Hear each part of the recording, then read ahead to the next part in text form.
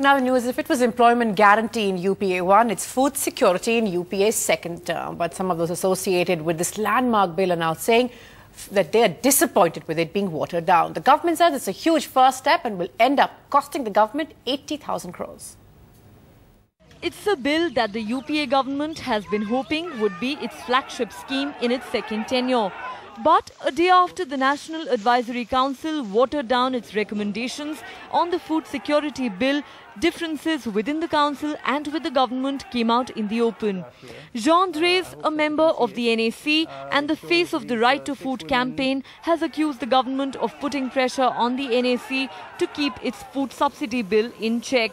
The result, says Dreze, is a missed opportunity for a visionary change. We have to have a very broad coverage of the PDS because if we try to restrict it to poor people, it's not going to work.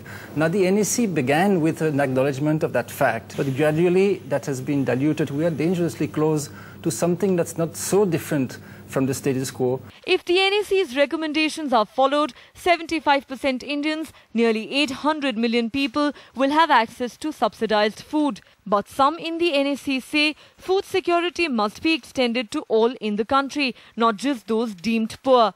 But this, the government said, would double its food subsidy bill.